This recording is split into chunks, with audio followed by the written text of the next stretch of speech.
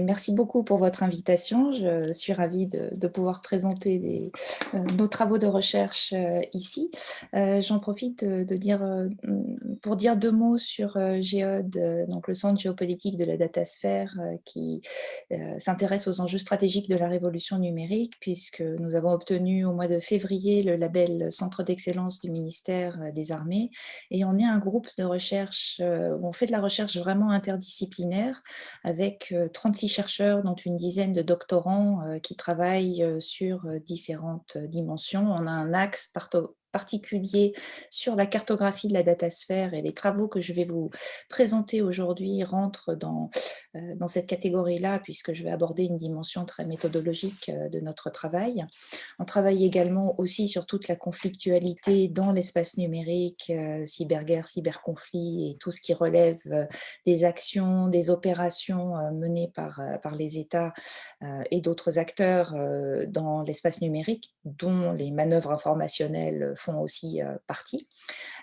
Et enfin, on travaille sur les politiques liées à la datasphère, tout ce qui relève des enjeux juridiques, éthiques, démocratiques, que ce soit sur la politisation des technologies numériques ou sur la régulation internationale pour la sécurité et la stabilité du cyberespace ou encore les conflits de juridiction entre États et plateformes. Donc on a une approche assez large et on a des chercheurs en géopolitique, mais aussi en droit, en informatique, en philosophie, en sciences politiques, en mathématiques. Donc c'est une équipe assez large. Et c'est cette interdisciplinarité qui nous a permis de développer des méthodologies et des outils vraiment dans un dialogue approfondi entre les disciplines. Et on a réussi à faire émerger finalement des problématiques informatiques depuis nos questionnements géopolitiques et inversement.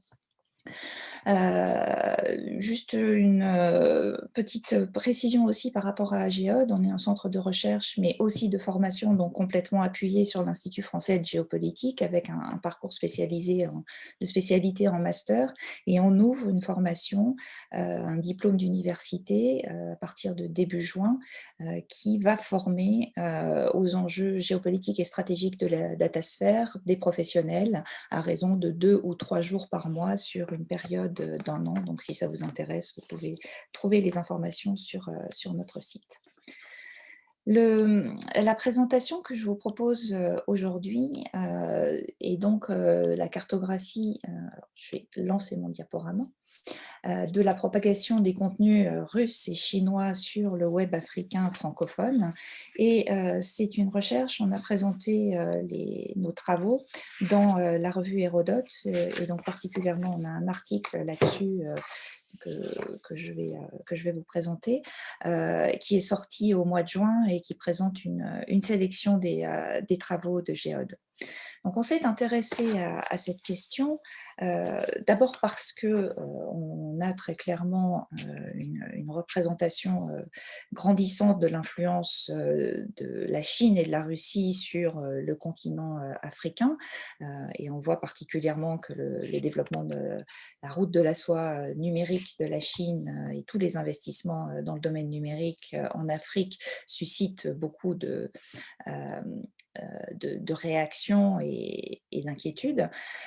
Et puis, on est aussi dans un contexte particulier d'explosion littéralement de la question de l'influence informationnelle depuis les accusations d'ingérence de la Russie dans l'élection présidentielle de 2016, mais un phénomène qui s'est très clairement accéléré au cours de la pandémie. D'une part parce qu'on a des rivalités autour des narratifs concernant la pandémie elle-même, sa gestion, les vaccins, etc. Et puis le fait que les gens soient confinés et passent beaucoup plus de temps devant leur ordinateur et sur les réseaux sociaux a sans doute contribuer aussi en accroître l'impact. Donc des rivalités extrêmement importantes autour de ces questions-là auxquelles on s'intéresse. Je précise que donc ce travail, est le résultat, d'un travail collectif, mené avec Kevin Limonier, Selma Mioubi et Élodie, René, en s'appuyant aussi, et je l'ai pas on ne l'a pas mentionné sur le papier, mais sur, des méthodologies, qu'on a développées conjointement avec un informaticien, Kaveh Salamatian. Hem, c'est un papier, une recherche qui associe, donc spécialiste de la Russie, Kevin Limonier, une spécialiste, de l'Afrique, Selma Mioubi, et une spécialiste de la Chine, Élodie René. Donc vous n'avez pas de chance, je suis la seule à ne pas être spécialiste soit de la Russie, soit de l'Afrique, soit de la Chine, mais j'ai néanmoins une vision, assez globale de ces questions et nous travaillons, étroitement, ensemble. Alors, l'Afrique, c'est évidemment un terrain de compétition, stratégique, où, les anciennes puissances coloniales et leurs alliés, et notamment les Américains, perçoivent la Russie et la Chine comme des adversaires, politiques et économiques, de premier ordre, qui mènent des investissements, comme je l'ai dit, donc important, mais beaucoup plus important évidemment pour la Chine, que pour la Russie. Mais ce qu'on a pu observer, c'est que dans les 2 cas, cela s'accompagne, d'implantation de médias internationaux, d'agences médiatiques d'État qui produisent des contenus à destination, du continent, dans l'objectif d'améliorer leur image, de façonner les représentations, en leur faveur, en diffusant des discours qui soient favorables à la fois à leur présence et leurs activités, voire de soutenir des acteurs locaux ou des causes locales. Évidemment, sur cette dimension d'influence dans un pays d'intérêt stratégique, on n'est pas sur quelque chose de nouveau. Mais ce qui nous a été intéressé ici, c'est la manière dont ça se produit. Et on s'intéresse spécifiquement pour cette recherche au fait que certains contenus qui sont produits par des agences clairement d'État, agences chinoises ou russes, puissent être repris par des médias locaux. Et donc notre travail a consisté à développer une méthodologie pour comprendre, pour révéler d'une part ce phénomène, pour arriver à le comprendre, à le mesurer, et on considère que ça peut être une façon d'évaluer l'impact des stratégies médiatiques de la Russie et de la Chine sur ce continent. Ça permet de mettre en lumière des mécanismes de propagation des contenus. Et ce qui nous a intéressé aussi en présentant ces 2 cas, c'est de montrer, les différences qu'on peut observer, puisqu'on constate, qu'on a, et on le verra à travers cette présentation, un succès et des méthodes russes qui sont, assez différentes pour l'instant, de la Chine. Mais ce qui nous intéresse aussi dans cette comparaison, et on pourra y revenir dans les échanges, c'est qu'on voit que depuis qu'on a mené, cette recherche, sur laquelle on a débuté en 2018, on a une vraie évolution, des pratiques, notamment de la Chine, et dont les méthodes se rapprochent, progressivement, de certaines, des méthodes russes. En tout cas, y ressemblent de plus en plus. Alors on va, rentrer, un petit peu plus dans le détail de cette présentation. Juste peut-être, 2 mots de contexte, puisqu'on est dans un contexte où la Russie a vraiment, lancé une stratégie de réimplantation dans un certain nombre de pays d'Afrique, notamment la RCA avec une livraison d'armes, arrivée de conseillers, militaires, et cetera, ou encore la Guinée où, la Russie détient des gisements, d'alumine, de l'or et d'or, l'Algérie ainsi que d'autres pays, du Maghreb. On a vu aussi que, on a, dans ce contexte-là, un succès des médias russes à vocation internationale, RT et Sputnik, qui semble être avant toute chose le succès de leurs contenus qui sont massivement, repris, partagés et discutés, au niveau, local, et tout ça se passe sur des réseaux qui sont formels, et informels, qui sont des relais, informationnels comme on va le voir. La Chine, en revanche, a lancé une stratégie d'implantation à travers tout le continent africain, et cette stratégie, d'implantation qui, donc est basée sur un certain nombre d'investissements, se traduit aussi par la signature de partenariats économiques et médiatiques avec 34 pays, sur le continent. et avec une ambition très forte d'accompagner l'Afrique dans sa transformation numérique, ce qui veut dire non seulement des investissements dans tous les domaines d'infrastructures numériques de l'Afrique, mais aussi dans les médias, avec l'implantation de ces médias d'État comme Radio Chine Internationale, CCTV et Xinhua, dans le but d'encadrer ces activités en Afrique, mais aussi avec beaucoup d'accords médiatiques avec les alliés africains. Et ces accords médiatiques prévoient la reprise des contenus chinois par des agences de presse nationales de tous les pays impliqués, même si ça ne l'impose pas, et avec d'autres aspects aussi qui sont intéressants, qui sont la formation des journalistes. Et ce qui favorise la reprise des contenus qu'on va étudier là, c'est qu'aussi bien les médias chinois que les médias russes distribuent gratuitement leurs contenus à tous les médias africains locaux. Donc ça fait aussi un effet d'opportunité par rapport à des médias occidentaux qui, au contraire, vont faire payer la reprise des contenus ou vont chercher à l'empêcher. Donc ça favorise finalement cette reprise des contenus par les médias africains locaux qui n'ont pas forcément les moyens de couvrir toute l'actualité et qui peuvent être enclins à reprendre l'information tout simplement pour alimenter leur site.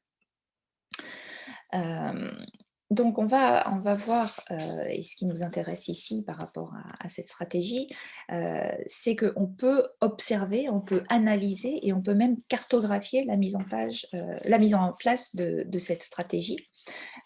Et cette cartographie, elle est rendue possible par le fait que dans l'écrasante majorité des cas, les contenus qui sont partagés et qui sont repris sont des contenus sous forme numérique, ce qui fait qu'ils sont très faciles finalement à répliquer d'une plateforme à l'autre. Il suffit d'un simple copier-coller. Et donc ce qu'on va présenter ici, c'est une méthodologie qui va permettre de voir comment on peut identifier les relais des contenus qui sont fabriqués par les médias officiels russes et chinois sur le web africain francophone. Mais on va aussi chercher en fait à les cartographier et les interpréter à des fins d'analyse géopolitique de deux manières différentes. D'une part, on va chercher à identifier le lectorat de ces sites relais, identifier leur nationalité, et donc par l'identification de leur nationalité, essayer de calculer une visibilité, un indice de visibilité au moins théorique dans les différents pays de ces contenus. Et puis, une deuxième manière, ça va être de chercher à analyser l'orientation politique de ces relais lorsque c'est possible, d'arriver à comprendre à quelle communauté ils appartiennent.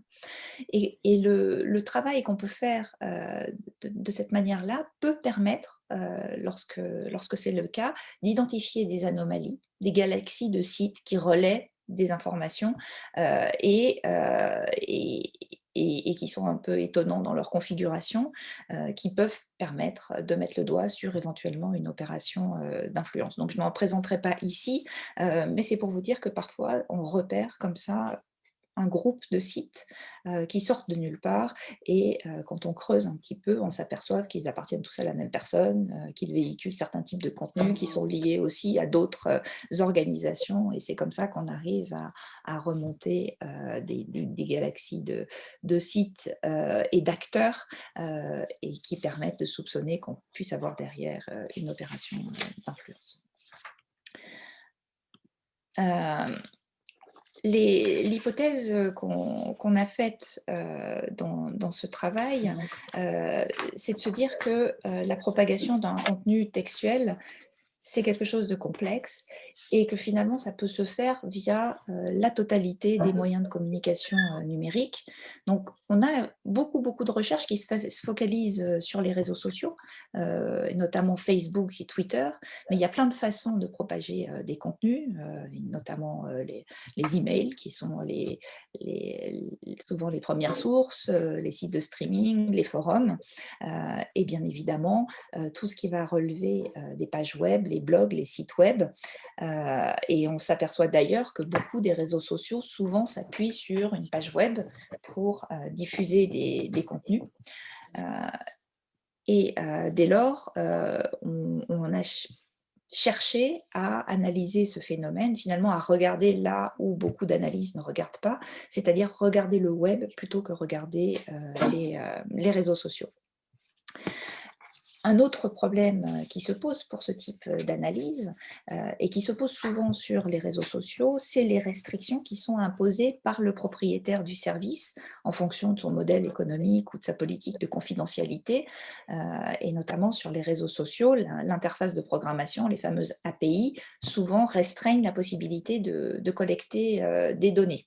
Et ces restrictions se sont accrues à la faveur de scandales comme Cambridge Analytica qui ont montré tout ce qu'on pouvait faire comme manipulation à partir de la collecte de ces données. Alors que inversement, la récolte des données sur les pages web, elle est libre et ouverte puisque le web ne dépend d'aucun propriétaire, on n'a pas d'API qui couvre l'entièreté du web. Et c'est d'ailleurs le principe des moteurs de recherche, des robots d'indexation, de pouvoir crawler la totalité du web pour aller chercher des informations. Et donc, c'est exactement cette logique-là que nous avons décidé d'appliquer. Donc, c'est pour ça qu'on s'est concentré sur ce vecteur de diffusion qui est le plus ancien et le plus important sur Internet, que sont les pages web. Petite précision, donc on a dit que vous pouviez me poser des questions à n'importe quel moment. J'insiste parce que il y a certains aspects de la présentation qui seront un petit peu techniques, donc n'hésitez pas à me poser la question si ce n'est pas clair ou si vous souhaitez une précision. Je vais en principe, alors lever la main comme j'ai mon écran affiché, je risque de ne pas le voir. Donc mettez un petit message dans la boîte de discussion et si besoin, n'hésitez pas à prendre la parole directement. Je me permets de prendre la parole. En fait, si vous autorisez le partage de l'écran entre le diaporama et la liste des participants, à ce moment-là, vous verrez que les gens lèvent la main.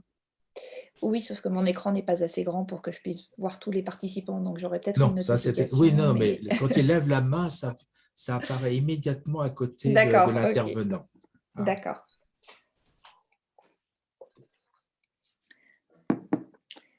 Alors, donc, la méthodologie qu'on a choisi d'appliquer, elle est en plusieurs étapes.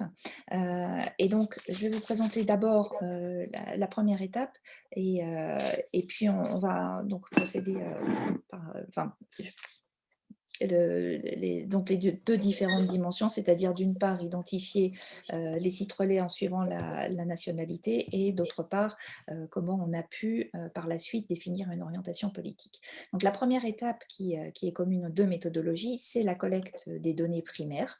Et là, puisque le but était de voir comment les articles étaient reproduits, d'ailleurs il y a une petite erreur dans mon PowerPoint, on a commencé par la collecte des données primaires, c'est-à-dire qu'on a identifié et on a collecté des articles rédigés par les médias russes et par les médias chinois en français, donc Sputnik et RT, et pour la Chine, c'était chinois, CCTV, RCI, RCI Sénégal et China Daily. Donc, on est allé sur chacun de ces sites et grâce à leur moteur de recherche, on a rentré une série de mots-clés sur des thèmes qui intéressent l'Afrique, ce qui nous a permis de récupérer automatiquement une base de données d'articles. On a retenu les titres et les chapeaux de ces articles dans notre base de données, ce qui nous a permis d'identifier 548 articles de RT et Sputnik et 230 articles en provenance des 5 agences chinoises qu'on avait sélectionnées. Ce qu'on fait ensuite, c'est qu'on prend donc le titre et le chapeau exact de ces articles et on va chercher, grâce à un crawler qui va crawler la totalité du web, toutes les pages web, donc toutes les URL où ces contenus ont été reproduits. Les sites qui ont reproduit ces contenus, c'est ce qu'on va appeler les sites relais. Alors, je vais juste éteindre peut-être les micros de ceux qui ne parlent pas, parce que j'entends des bruits parasites. Voilà. Donc, on collecte automatiquement toute l'adresse des pages web où on a retrouvé du copier-coller exact de ces articles. Donc, ça génère évidemment des faux positifs qu'il faut qu'on élimine, mais globalement, ça permet de retrouver un certain nombre de sites. L'étape suivante, et donc pour ce travail, on n'a pas évidemment réinventé l'indexation du web, donc on va mobiliser le crawler de Google pour réussir à faire cette recherche, puisque Google dispose de l'index le plus abouti existant à ce jour.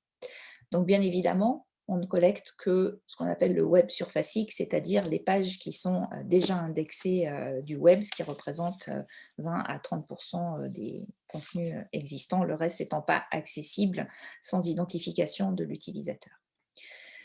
Une fois qu'on a réussi à faire cette analyse qualitative, enfin cette base de données des URL, on peut faire une première analyse qualitative des sites relais et essayer de comprendre quelle est leur nationalité, ou en tout cas quelle est la nationalité supposée du lectorat. Ça nécessite de faire une analyse qualitative des sites pour arriver à le comprendre.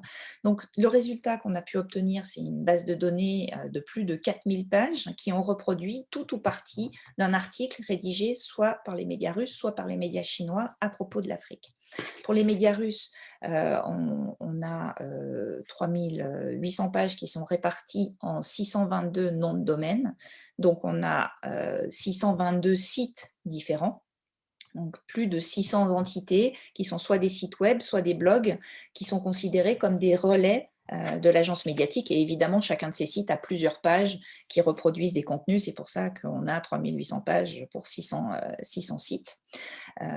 Et donc, ce qui est intéressant ici, c'est que lorsqu'on fait l'analyse qualitative, on se rend compte que les raisons pour lesquelles ces sites reprennent des contenus russes sont extrêmement diverses. Concernant la Chine, on a eu beaucoup moins de résultats. Déjà, on avait moins d'articles pour commencer, mais on a globalement récolté 484 pages qui ont reproduit tout ou partie des 230 articles publiés par Xinhua, et ça correspond à 98, donc un peu moins de 100 noms de domaines différents. Donc on a une centaine d'entités différentes de sites web, de blogs qui peuvent être considérés comme des relais des agences médiatiques chinoises. Donc, on a une différence déjà énorme dans le succès des contenus russes et chinois, puisque en moyenne, un contenu russe est reproduit 7 fois contre 2 fois pour un contenu chinois. Et une première analyse qualitative qu'on peut faire pour arriver à comprendre une telle différence, c'est que la plupart des contenus qui sont diffusés par les médias chinois implantés en Afrique vont plus concerner les préoccupations de Pékin que les préoccupations des Africains. C'est-à-dire qu'on est sur une communication qui est très top-down. La Chine communique par rapport à ses préoccupation au message qu'elle veut faire passer depuis Pékin sur ses activités, sur sa présence, sur tout un tas de sujets, plutôt que de réagir à l'actualité ou de communiquer sur les préoccupations africaines, contrairement aux médias russes qui, au contraire, traitent de thématiques et de problématiques beaucoup plus diverses, beaucoup plus engagées politiquement et beaucoup plus ciblées par rapport aux préoccupations de l'Afrique. Alors, je souligne cette différence-là. Pourquoi ? Parce qu'on a lancé la collecte des données pour la Russie en 2018, pour l'Afrique en 2019, et les travaux qu'on a fait depuis permettent de voir que la nature des contenus qui sont produits par les agences chinoises est en train d'évoluer et a notamment fortement évolué pendant la période de la pandémie et deviennent désormais beaucoup plus appropriés aux préoccupations des Africains, ce qui fait que la dernière collecte qu'on a lancée nous donnera peut-être des résultats plus proches pour la Chine des résultats russes, mais on n'a pas encore les résultats, on est en train de faire le travail, donc je ne peux rien vous dire pour l'instant.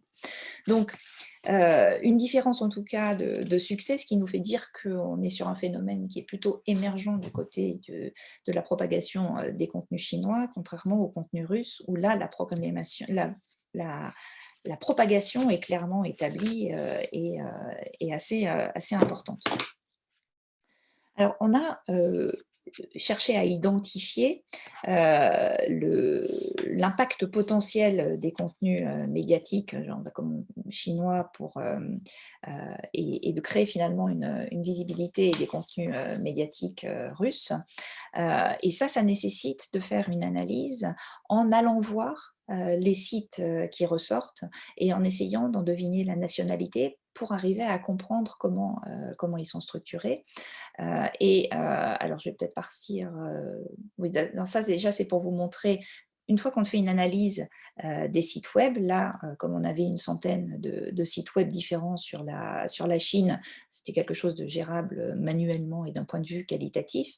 Et donc, c'est vraiment d'aller sur les sites, de regarder qui les fabrique, de regarder de quoi ils parlent, où ils sont diffusés, quelles sont leurs adresses ou à qui ils s'adressent, qui permet d'associer des sites à certains pays. Et donc, lorsqu'on associe un site à un pays, c'est soit qu'il est localisé dans ces pays ou qu'il est géré par des diasporas de ces pays à destination des pays identifiés.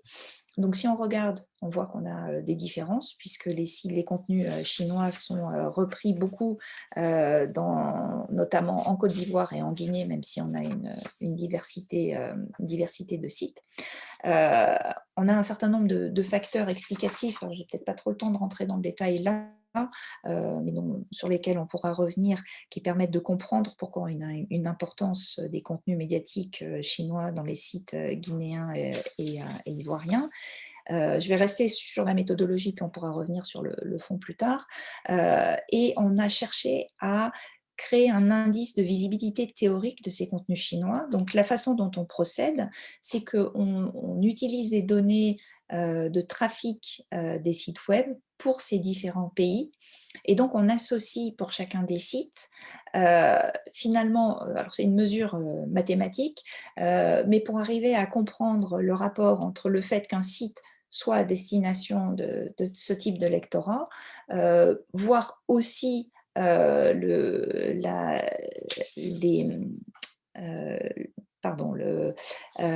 fait qu'à travers le traffic ranking, on puisse avoir une visibilité importante de ce site dans le pays concerné. Pardon. En fait, on a retenu les sites pour lesquels on a au moins un pays francophone qui apparaît dans les 4 pays où le site en question est le plus visité. Donc, ça nous permet d'avoir un indice de visibilité des sites en général, avec le fait que ce site soit dans ce pays et avec le nombre de contenus qu'il a repris d'un des 5 médias chinois. Donc tout ça nous permet d'avoir, si on regarde les cercles proportionnels, le nombre de sites pour chaque pays relayant des contenus chinois par pays, donc d'après la localisation des rédacteurs, des administrateurs ou des réactions. Et puis, d'arriver à avoir l'indice de visibilité théorique des contenus chinois en fonction de est-ce que ces sites sont beaucoup regardés dans ces pays-là ou pas. Donc, c'est une sorte de mesure d'impact complètement expérimentale, mais qui nous permet en tout cas de mettre en rapport la visibilité d'un site dans un pays avec le fait que le site de ce pays ait reproduit des contenus. Parce que sinon, on pourrait avoir des sites qui reproduisent beaucoup de contenus russes, mais qui sont très peu visibles dans le pays concerné, auquel cas l'impact est relativement faible. Donc ça, c'est une première analyse qu'on a pu faire. Je vous montre la carte qui est le résultat de l'indice de visibilité théorique des contenus russes. Donc là aussi, on a fait un calcul à partir des indices de fréquentation des sites concernés, du nombre de fois où le site a repris un contenu de Sputnik ou de RT, et puis après on fait une moyenne de la somme de ces indices pour chaque site, de façon à avoir une moyenne par pays. Donc ça, c'est pour la partie analyse, et donc on voit qu'on a, on a un certain nombre de pays où les sites ne sont plus les plus consultés. L'étape suivante dans notre méthodologie, et ça, ce que je vais présenter, on ne l'a fait que pour la Russie parce qu'on n'avait pas suffisamment de sites pour le faire pour la Chine, c'est une collecte de données secondaires. C'est-à-dire qu'on a collecté donc toutes les URL, toutes les pages web qui reproduisaient des contenus russes et chinois. Et là, pour les contenus russes, on est allé chercher sur chacun de ces sites tous les liens hypertextes qui étaient présents. Et là, l'idée, c'est de se dire que finalement, les liens hypertextes ne sont pas là par hasard et que les sites en général qui reproduisent des contenus russes peuvent être connectés entre eux d'une manière ou d'une autre, c'est-à-dire qu'ils peuvent avoir des intérêts communs ou des relations entre eux, potentiellement appartenir à une communauté. Et donc, c'est en tout cas l'idée derrière qui nous a permis de se dire qu'on va en aller chercher ces liens hypertextes et qu'en général, sur un site, quand on met un lien vers l'article de quelqu'un d'autre ou quand on met le lien vers un site de quelqu'un d'autre, c'est souvent qu'on interagit avec ce site, soit pour critiquer le contenu, soit au contraire pour recommander la lecture, et donc il y a des interactions entre ces sites-là.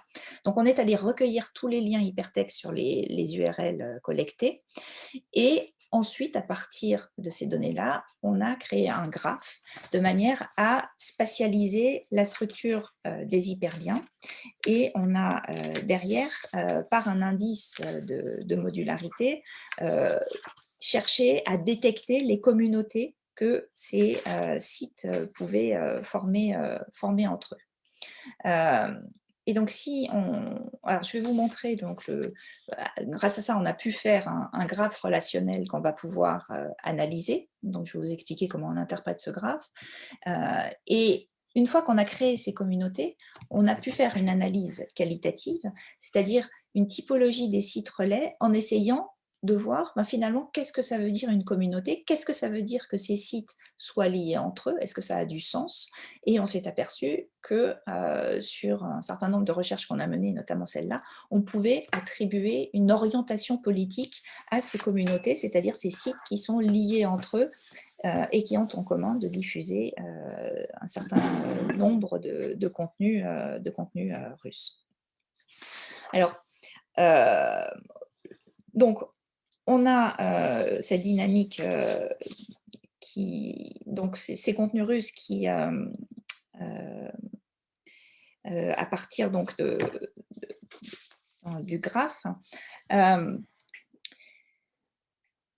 les graphes, ce sont des représentations graphiques qui sont constituées de nœuds reliés entre eux par des liens, par des arêtes, et qui permettent de visualiser des relations qui sont plus ou moins complexes. Donc nous, on appelle ça un graphe relationnel spatialisé parce qu'on utilise un algorithme qui s'appelle Force Atlas et qui va utiliser des notions comme la force d'attraction ou de répulsion d'un nœud pour les positionner sur un graphe, de façon à ce qu'au lieu que les nœuds soient positionnés de façon aléatoire sur le graphe les uns par rapport aux autres, l'algorithme va faire que plus les nœuds sur le graphe sont proches, plus ils partagent de liens directs ou indirects entre eux. Donc, on a des nœuds, on a des liens. Donc, le nœud, c'est les sites web relais ainsi que les sites qui leur sont connectés par des liens hypertextes. La taille des nœuds, comme vous le verrez, dépend du nombre de liens avec les autres sites web. La proximité spatiale entre deux nœuds, ça va dépendre du nombre de liens hypertextes qui relient ces deux nœuds. C'est-à-dire que plus il y a de liens entre eux, plus ils vont être proches spatialement sur le graphe. Et enfin, la mesure de modularité nous a permis de détecter des communautés. Et une communauté, qu'est-ce que c'est? C'est un ensemble de nœuds qui partagent plus de liens entre eux qu'avec le reste du graphe. Si ce n'est pas clair, vous m'arrêtez. Alors, à titre d'exemple, on a mis ce graphe relationnel spatialisé qui représente les relations qu'entretiennent les différents personnages des Misérables de Victor Hugo. Donc, on voit qu'on a Jean Valjean qui est complètement au centre et qui est connecté à différentes communautés qui elles-mêmes ne sont pas forcément connectées entre elles. Donc c'est l'idée en fait des liens entre les personnages à travers le graphe qu'on a utilisé pour arriver à cartographier les liens entre les sites web. Alors, on a un certain nombre de limites à la collecte de données, mais bon, je reviendrai dessus un petit peu plus tard. Le résultat, ça donne ça. Donc, on a cette cartographie générale des sites qui ont relié qui ont relayé des contenus russes à propos de l'Afrique. Et ce graphe représente donc l'ensemble des hyperliens qui relient entre eux à peu près 200 sur les 622 sites qu'on avait identifiés comme relais des contenus russes. Donc pourquoi on n'en a que 200 sur ce graphe et on n'en a pas 622? Parce que sur les 622, on en avait 422 qui n'étaient connectés à aucun autre site, donc qui étaient des sites tout seuls, qui avaient relayé des contenus, mais qui n'étaient pas connectés aux autres sites du graphe. Donc on a gardé dans ce graphe que les sites qui avaient au moins un lien, ou je ne sais plus si c'est 1 ou 4 qu'on avait mis comme barre. Mais voilà, ceux qu'on a éliminés sont ceux pour lesquels on n'a pas trouvé de correspondance avec les autres sites de la base de données. Donc encore une fois, le postulat, c'est que la majorité des liens, des hyperliens, sont représentatifs des choix éditoriaux et politiques qui sont effectués par les rédacteurs ou les administrateurs de sites. Donc on voit que le graphe ici est organisé de manière concentrique.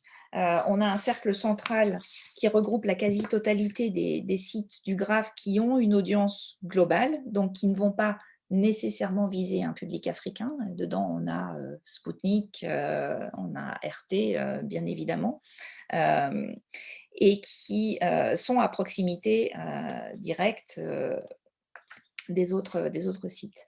Donc, on a à proximité directe des sites comme Égalité, Réconciliation, Français de souche ou encore Les Observateurs, qui sont situés à l'extrême droite et qui sont souvent islamophobes. Cette proximité entre ces sites et les médias RT et Sputnik est liée au fait que RT et Sputnik sont souvent repris par ces sites et constituent donc des relais importants pour les contenus russes.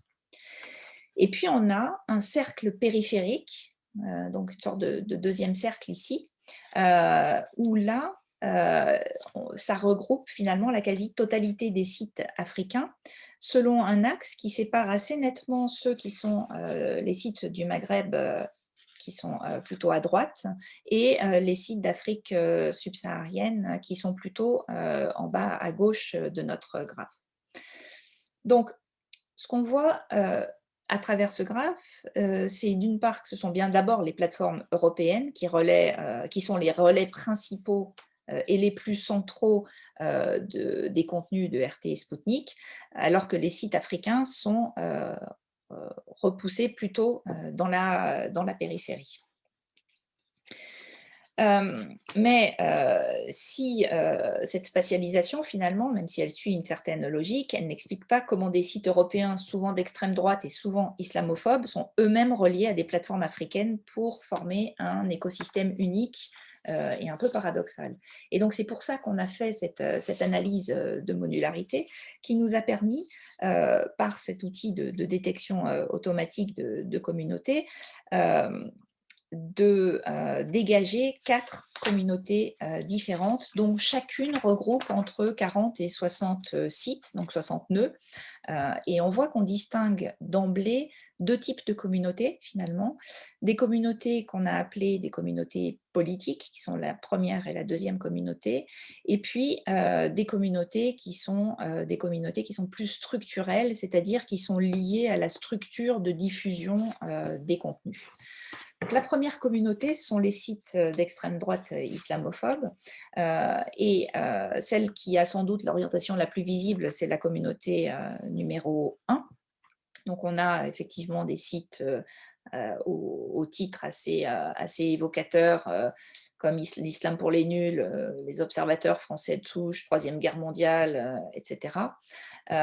Et donc avec un point commun pour cette communauté, qui sont une position très islamophobe, très prononcée et assez hostile aux migrants qui arrivent sur le continent américain. Et donc, si on regarde cette communauté qui est en bleu, assez logiquement, elle ne contient pas tellement de sites, enfin très peu de sites africains, à l'exception de quelques-uns qui sont situés en extrême périphérie. Et pour la plupart, ce sont des sites dont les articles de faits divers ont été repris par des plateformes islamophobes. Donc, c'est plutôt dans ce sens-là que c'est cité. Donc, on en a vraiment très peu. La communauté numéro 2, c'est une communauté antisionisme de gauche qui est à la fois très éloignée et très proche politiquement de la communauté numéro 1, puisqu'elle est organisée autour de blogs et de sites où le dénominateur commun cette fois c'est l'antisionisme et plus largement l'hostilité à Israël. Et on y retrouve également des sites qui sont moins radicaux et pour la plupart orientés à gauche ou à l'extrême gauche, donc avec des blogs de militants communistes ou le site du journal alterinfo.net. Et enfin, en périphérie, on trouve une grande quantité de sites d'actualité algériens. Donc, on voit qu'on a des sites qui apparaissent un peu antagonistes a priori, mais on a toutefois quelques thèmes récurrents qui sont partagés par les deux communautés, comme un soutien presque général au régime syrien et d'autre part une critique constante du libéralisme économique et politique. Donc ça, c'est un ancrage finalement politique des relais des plateformes russes qui n'est pas vraiment une surprise puisque on a beaucoup de publications qui ont montré qu'on avait certains ressorts discursifs et politiques qui permettaient de l'expliquer. Mais c'est intéressant de voir que même quand on prend les articles qui sont centrés sur de la politique internationale ou qui traitent de sujets africains, les mêmes lignes de fracture demeurent.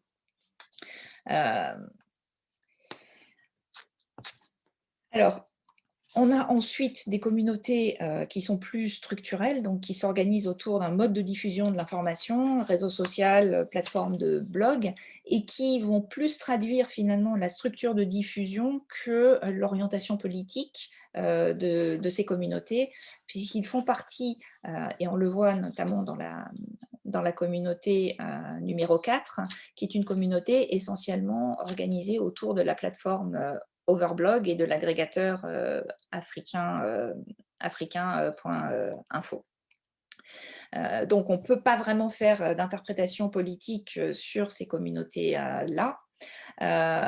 Et la communauté numéro 3, elle, est rattachée au site essentiellement via YouTube, mais aussi dans une moindre proportion via Twitter et Facebook.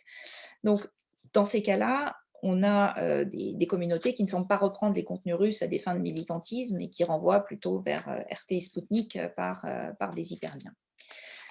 Alors, ce qu'on peut conclure de ça, plusieurs choses. D'abord, on voit bien qu'une fois qu'on a fait notre analyse, on a impérativement besoin, pour aller plus loin et pour comprendre les implications de ce qu'on a observé, d'aller faire de l'analyse qualitative des sites pour arriver à comprendre finalement le pourquoi du comment. Et notamment, j'évoquais tout à l'heure ce qu'on a pu observer sur la diffusion des contenus chinois en Afrique francophone. On a besoin d'analyser les sites locaux et de comprendre le contexte local pour arriver à comprendre la variété des raisons pour lesquelles ces sites web sont rediffusés. Par exemple, si j'ai encore une minute, je regarde l'heure, sur les sites guinéens, on voit bien qu'il y a des raisons qui expliquent les efforts considérables développés par Pékin pour soigner son image et renforcer son soft power dans le pays. La Guinée, c'est un des plus vieux terrains d'implantation des médias chinois en Afrique. C'est aussi un pays qui abrite des réserves mondiales de bauxite et qui sont des ressources très, très convoitées par la Chine. Ou encore, on a un réseau de journalistes guinéens qui sont des amis de la Chine. Mais on a observé aussi, et c'est ça qui peut être intéressant et qui permet de mieux comprendre, qu'on a un certain nombre de sites particuliers qui vont jouer un rôle. Des sites d'information et d'actualité qui vont reprendre beaucoup de contenu. Et quand on fait cette analyse assez précise, on constate que finalement, on a une diversité de raisons pour lesquelles on a des sites qui partagent les contenus et qu'il faut parfois sortir de la logique de réfléchir en termes de la stratégie menée par la Russie ou la Chine pour réfléchir à pourquoi est-ce que ces sites s'approprient ces contenus et pourquoi est-ce qu'ils les rediffusent et dans quel objectif. Et on voit qu'on peut avoir une très grande diversité de motivations de la part des sites internet qui reproduisent les contenus, puisqu'on en a qui le font pour des raisons tout simplement de faire fonctionner leur site d'information avec des contenus qui sont gratuits et qui sont mis à disposition gratuitement par la Chine et la Russie, donc simplement des médias d'information. Et là, pour arriver à vérifier la pertinence ou l'intérêt de mesurer ce phénomène, il faudrait qu'on puisse aussi mesurer est-ce qu'ils reprennent des dépêches d'agences occidentales dans les mêmes proportions ou est-ce que ce phénomène est propre à la reprise des contenus russes et chinois. Mais on a aussi des médias qui vont reprendre certains contenus parce que ça correspond finalement à leur agenda politique, ça sert finalement leurs intérêts et leur discours politique, et c'est ce qui va permettre d'expliquer qu'ils reprennent en grande partie ces contenus.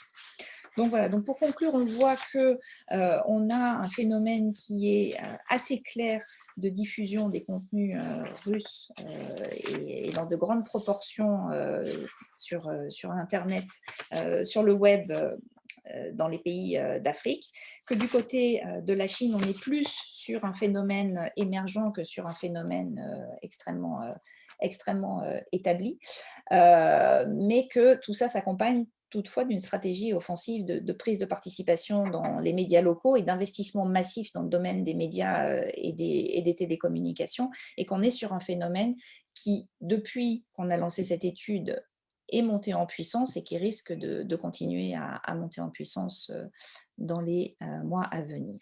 Voilà, je m'arrête là pour pouvoir répondre à vos questions. Merci beaucoup. Oh, voilà. Oh, j'ai des problèmes avec ma vidéo. Voilà, ça y est, ça a été bon. Bon, je vous remercie beaucoup. Ben non, la vidéo n'apparaît pas. Je reclique. Voilà. Bon, je vous remercie beaucoup. Évidemment, vous avez expliqué la chose.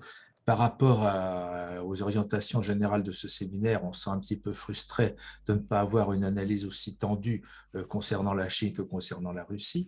Mais disons qu'il y a une conclusion qui est celle à laquelle nous aboutissons dans d'autres secteurs, à savoir que l'Afrique constitue un terrain où la Chine s'essaye à un certain nombre de pratiques et qu'elle est effectivement dans une période où ces pratiques à l'extérieur sont en train d'évoluer progressivement, et c'est tout à fait intéressant de pouvoir constater que ce ne sont pas pour des raisons idéologiques, mais pour des raisons simplement d'appréhension, de meilleure compréhension de l'environnement extérieur, que le comportement des médias chinois pourrait se rapprocher du comportement des médias russes. Alors, et il y a deux petits aspects qui m'intéressent aussi particulièrement. C'est ce que vous avez dit à propos de la reprise des contenus. Alors effectivement, quand on regarde les sites africains, il y a parfois des reprises qui sont carrément des copier-coller. hein. Mhm. Et on va effectivement dire, c'est carrément le communiqué de l'agence Sinroi qui va être repris par le site. Mais ce qui serait beaucoup plus intéressant pour nous, pour bien comprendre l'influence que peuvent exercer les médias chinois et donc aussi d'autres médias, c'est les reprises indirectes ou sous-jacentes dans les articles, c'est-à-dire qu'il n'y ait pas de procédure de contrôle de l'information. Alors ça déjà, c'est un problème que l'on a au niveau de nos médias à nous occidentaux, où les journalistes très souvent prennent des informations sans les, pour prendre un terme à la mode, les checker, pour vérifier, pour avérer la réalité de leur contenu, mais cela peut être encore beaucoup plus amplifié quand on a affaire à des médias sur le net qui n'ont pas du tout l'appareillage ou les structures qui leur permettent de faire ça. Et là, l'influence peut être beaucoup plus sourde et en même temps, elle peut être aussi beaucoup plus banalisée, car lorsqu'on affiche Sinroi ou Agence TAS ou n'importe quoi, on sait d'où ça vient, on peut prendre immédiatement du recul. C'est beaucoup plus difficile lorsqu'on vous envoie un chiffre sans vous en donner l'origine.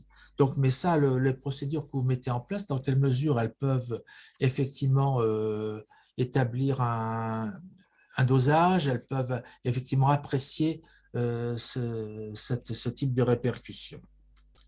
L'autre élément, l'autre question que je vais vous poser, c'est relativement au choix que vous avez fait de l'Afrique francophone. Non pas que je considère que ce soit illégitime du tout, mais c'est simplement le fait que on sait que la francophonie en Russie, traditionnellement, et même pendant la période de l'Union soviétique, était quand même quelque chose d'assez fort.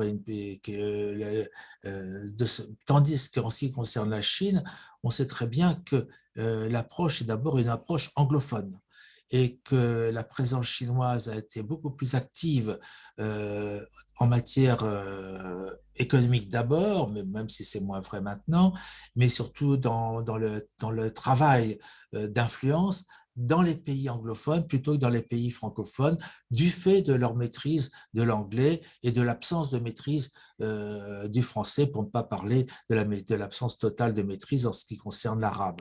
Donc, est-ce que par ce biais, vous n'avez peut-être pas aggravé éventuellement l'absence chinoise, alors que si on avait regardé du côté des pays anglophones, vous auriez peut-être pu avoir un paysage différent. Bien, alors merci pour vos deux excellentes questions. D'abord sur la reprise des contenus, une chose que j'ai oublié de préciser, c'est que dans les facteurs, en fait, en tout cas dans nos hypothèses sur la moindre reprise des contenus chinois, on pense qu'il y a aussi une confiance plus limitée dans les pratiques journalistiques de la Chine par rapport aux pratiques russes qui peut expliquer aussi qu'on ait une moindre reprise. Alors, la question que vous posez, Rancelet, sur l'adaptation des contenus, c'est la prochaine étape et on est en train de réfléchir à comment le faire. On a commencé à essayer de le voir. C'est très difficile parce que, bon, là, notre méthode, c'est vraiment ce qui a été copié-collé. Si on rentre dans ce qui a été adapté, il faudrait qu'on arrive à recréer ou détourner un logiciel de détection de plagiat ou quelque chose de similaire pour arriver à trouver des contenus transformés, mais non identiques, sans se retrouver avec une masse de faux positifs monstrueuse. Parce que, et particulièrement si là on lance des recherches sur la pandémie, on se rend vite compte qu'on a la même douzaine de mots-clés dans les 3 premières phrases qu'on va retrouver dans énormément d'articles. Donc pour automatiser ça, c'est quelque chose qui est extrêmement difficile à faire. Donc c'est plutôt quelque chose qu'on va faire de manière qualitative, c'est-à-dire que cette méthode, elle permet de repérer les sites qui reproduisent à l'identique, ainsi que les sites qui leur sont connectés. Mais une fois qu'on a fait ça, on a une énorme base de données de sites qu'on peut aller explorer de manière manuelle, qu'on peut aller aussi, sur laquelle on peut lancer des crawlers pour récupérer de façon automatique les contenus et analyser avec un logiciel de lexicométrie de manière à voir finalement quels sont les narratifs sur tel ou tel sujet déployés par ces sites et est-ce que les narratifs sont proches des narratifs diffusés par les agences de presse chinoises, même si les contenus n'ont pas été reproduits à l'identique. Donc ça peut être une manière de faire, mais c'est évidemment une limite. Et pour l'instant, arriver à développer un outil qui permette vraiment d'aller chercher automatiquement ça, c'est beaucoup plus compliqué. Le choix de l'Afrique francophone, il n'est pas du tout exclusif, puisqu'on a récemment fait une étude en anglais sur les primaires américaines. Alors à partir des contenus russes, on ne l'a pas encore fait pour les contenus chinois, mais j'ai une étudiante qui a fait une étude sur la Turquie aussi, donc la méthodologie est absolument réplicable dans beaucoup de contextes différents. La raison pour laquelle on avait fait cette étude sur la Chine et on a comparé dans cet article les deux, c'est parce que la première étude de 2018 sur la Russie a mis en évidence un phénomène qui était assez peu connu. Et donc, la question suivante qu'on s'est posée, c'est et la Chine dans tout ça? Là, on a lancé une étude sur les médias chinois en anglais, pour voir apparaître un phénomène, sachant que évidemment l'implantation de la Chine au niveau médiatique et dans les investissements numériques en général, dans l'Afrique de l'Est notamment, est bien supérieure à ce qu'on connaît dans l'Afrique francophone. Là, c'était le pendant finalement de l'étude, donc on n'allait pas comparer la Russie en Afrique francophone avec la Chine en Afrique anglophone, parce qu'on aurait été sur deux terrains différents. On a également fait une étude sur la diffusion, alors là c'était des contenus russes mais en arabe, qui est aussi une autre façon de mesurer de la popularité des contenus d'un pays ou d'un autre.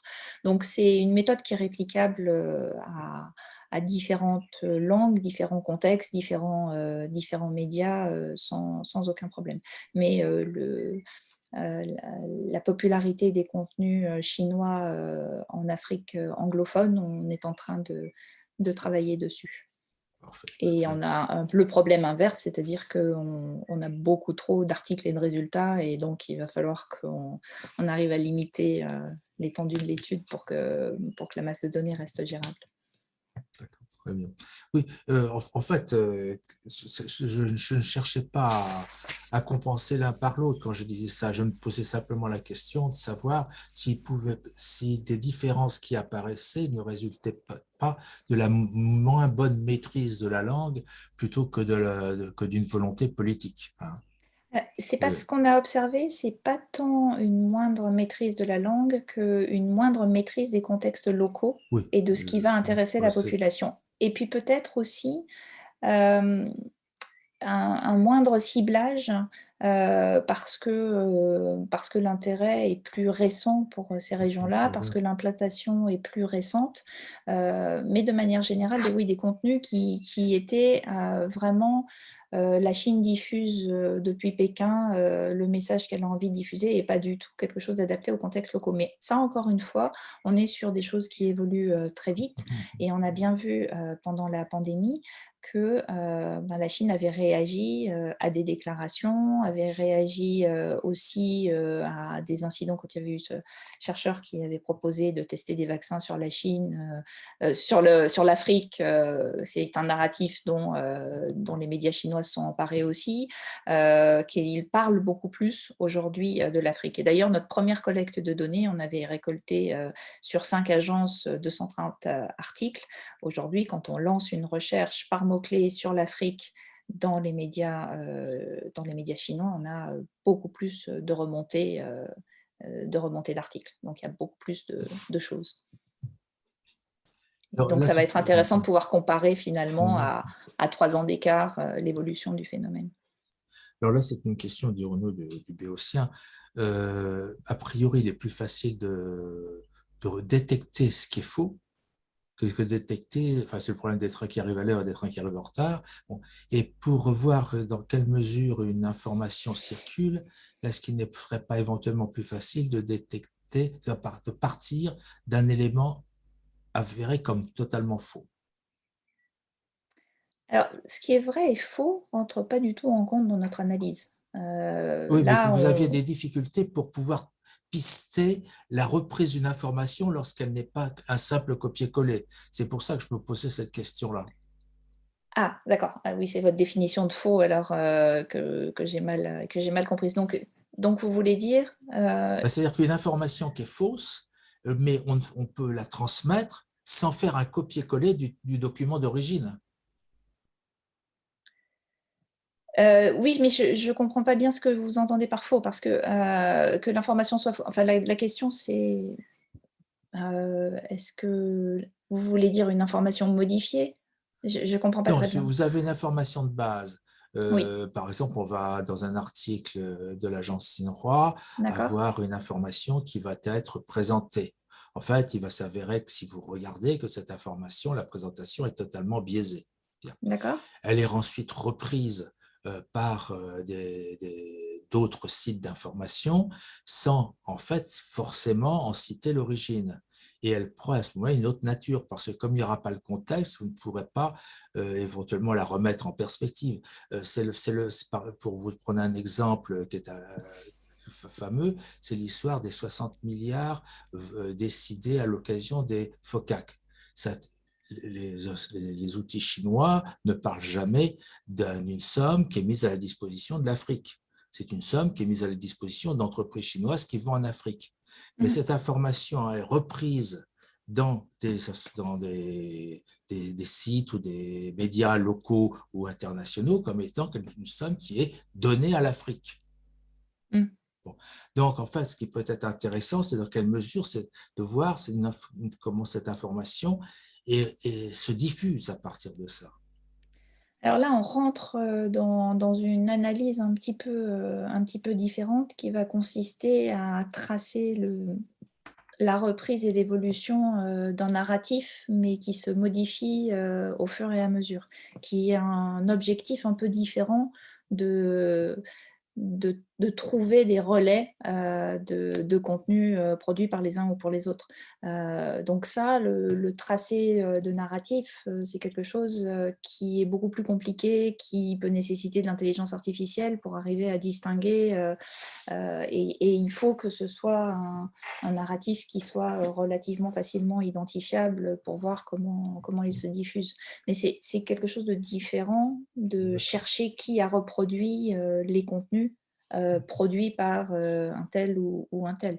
Parce que si c'est juste l'information et pas l'article ou le contenu, cette même information, elle peut avoir été donnée aussi, sous des formes différentes par, différents médias et pas juste les médias chinois ou russes.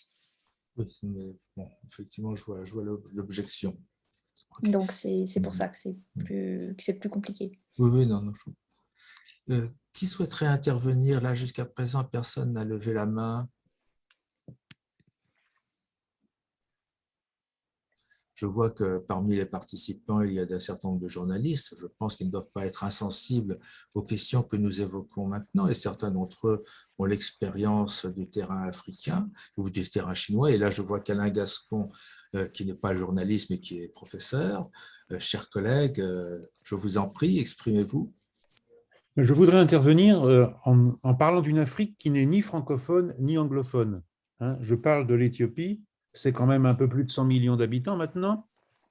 Et de fait, lorsque je suis allé en Éthiopie il y a 2 ans et demi, on m'a appelé China. Hein. Donc c'est le fait que maintenant les étrangers sont aussi des Chinois. Alors effectivement, la Chine est très impliquée en Éthiopie. Principalement, c'est elle qui a financé le grand programme de barrage, la construction du chemin de fer. Les médias chinois apparaissent, mais en anglais, non pas dans la langue qui est le plus parlée dans le pays, c'est-à-dire l'amharique, langue que je connais un petit peu. Et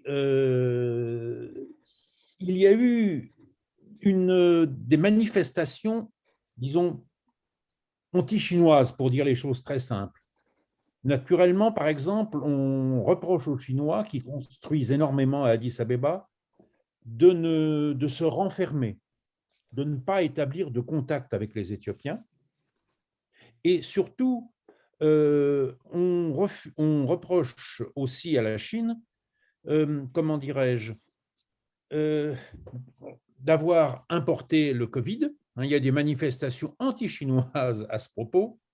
Et surtout, lorsqu'il y a eu des manifestations violentes dans certains parcs industriels, notamment dans la capitale, il y a eu des bris de machines, il y a eu des incidents très violents dans les usines, et principalement dans les usines qui étaient d'origine chinoise.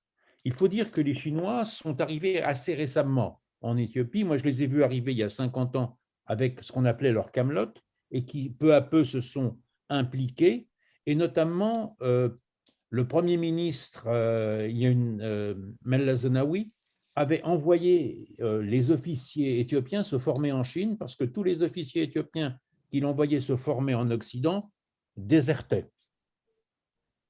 Donc la Chine s'est fortement impliquée, mais il faut bien le dire, cela suscite de la méfiance de la part des Éthiopiens, et notamment des entreprises chinoises ont été attaquées en justice par des Éthiopiens, par le gouvernement éthiopien, leur demandant un certain nombre de pénalités pour des retards, des choses comme cela.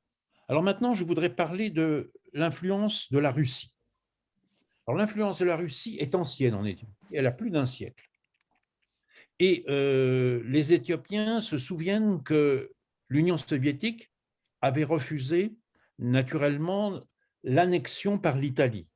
Et c'est pendant la guerre que des relations diplomatiques extrêmement étroites se sont nouées entre les deux pays, et en dépit des différents changements de régime que le pays a connus.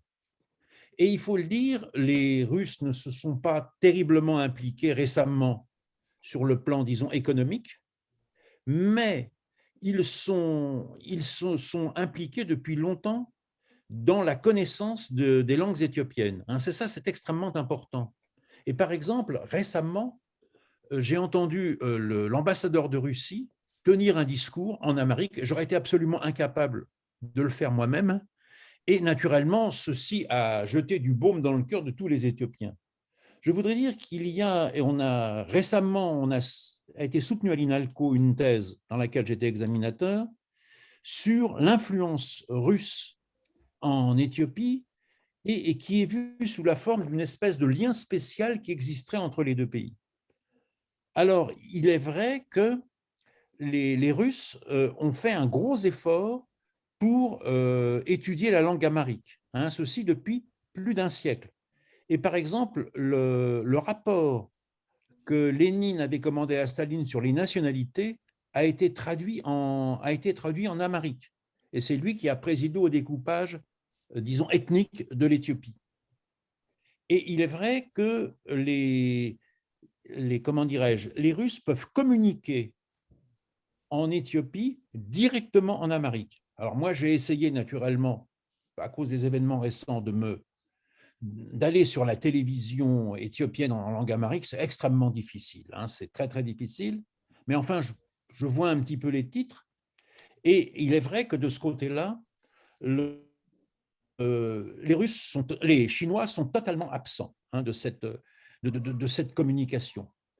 Et de plus, alors les Russes jouent plutôt sur une influence, disons, un soft power, par le biais de l'amharique, par le biais d'un rapprochement possible entre l'Église russe et l'Église éthiopienne.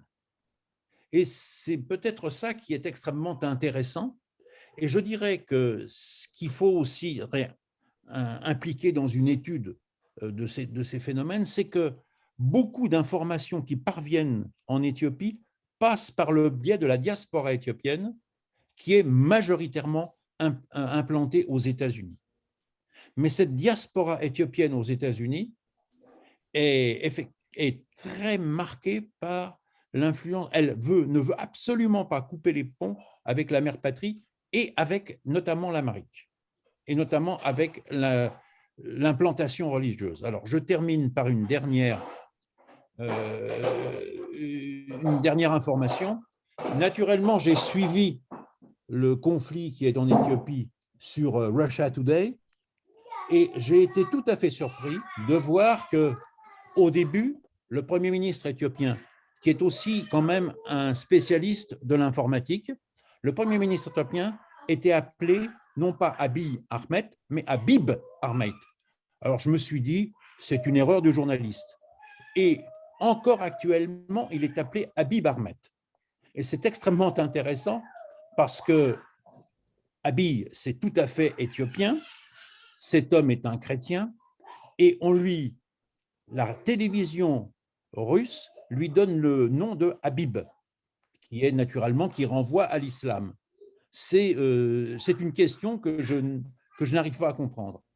Mais ce que je voudrais dire, pour terminer, c'est qu'il est important, je crois, d'essayer de dépasser Afrique francophone, anglophone, lusophone, et de voir comment est-ce que, par exemple, la Russie a trouvé en Éthiopie, par le biais d'une certaine maîtrise de l'amharique, un relais qui lui permet de toucher plus profondément la population éthiopienne que l'utilisation de l'anglais.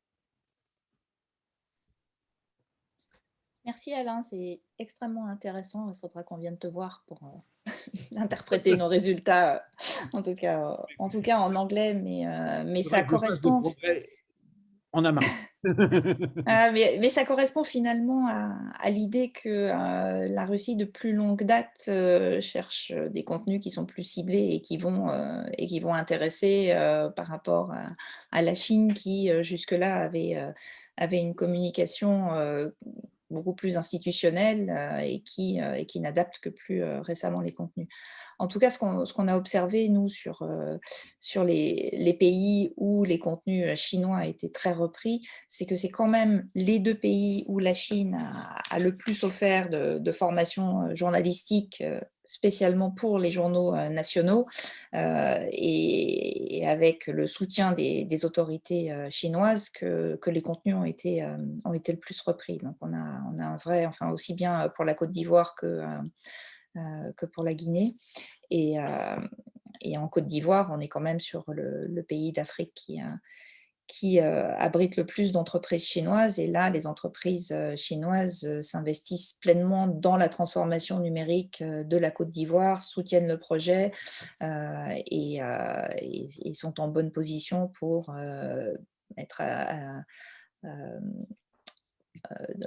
gérer un certain nombre d'investissements importants avec une volonté de la Côte d'Ivoire de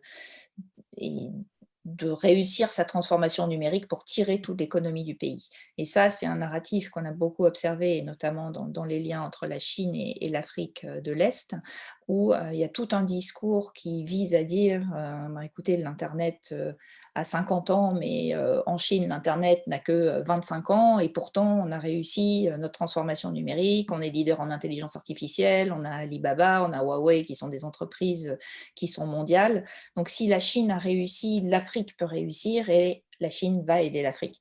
Et à partir de là, ça ouvre la voie à tout un tas d'investissements numériques avec la promesse derrière que cette transformation numérique va tirer le développement économique et social de l'Afrique. Et ce discours-là est appuyé aussi sur toute la panoplie informationnelle. Donc cette influence, elle arrive de manière numérique assez globale.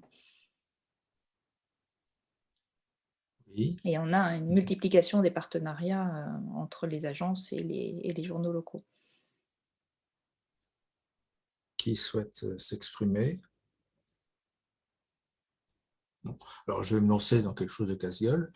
C'est commenter le commentaire. Ah non, on a deux participants qui ont levé la main. Agnès Fèvre, oui. Écoutez, je vous passe la parole, Agnès. Agnès Fèvre, vous avez la parole. Oui, excusez-moi, je n'avais pas désactivé mon micro. Vous m'entendez? Oui, très bien maintenant, merci. Très bien, bonjour à tous. C'est très intéressant. Moi, je m'intéresse à l'actualité africaine, au secteur minier en particulier. Je me rends régulièrement en Guinée, où la Russie est historiquement présente depuis 1958. Elle est restée durant les 3 républiques. Elle est très présente notamment dans le secteur minier, dans la bauxite, vous l'avez bien souligné.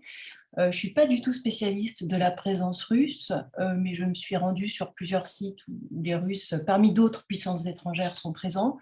Et vous disiez, j'ai trouvé intéressant quand vous disiez que les médias chinois focalisaient plus sur les préoccupations de Pékin, davantage plus sur les préoccupations des Africains. Moi, j'ai pas une fois encore, je ne suis pas spécialiste de la Russie, je n'ai pas très bien perçu le narratif des Russes. Je suppose qu'ils concourent aux vidéos qu'on peut voir circuler sur les réseaux sociaux, qui contribuent à activer une espèce de sentiment anti-français. Ce que j'ai vu dans la bauxite, par Rusal, notamment le géant russe de l'aluminium, c'est qu'il met souvent en avant le fait qu'il a été là pendant la crise Ebola, que la Russie est intervenue vite et bien et a permis de sauver de nombreuses vies. Mais je me demandais, alors vous avez bien dit que vous étiez en train d'analyser les données sur la Russie que vous avez collectées, je me demandais si vous aviez un peu déjà des tendances de ce narratif qui est employé par les médias russes pour être, soi-disant, plus proche des préoccupations des Africains. Alors, oui, ça c'est quelque chose qui est analysé assez en profondeur par mon collègue Kevin Limonier. Il y a tout un discours effectivement qui vise à critiquer la France et notamment tout ce qui va être du colonialisme en fait.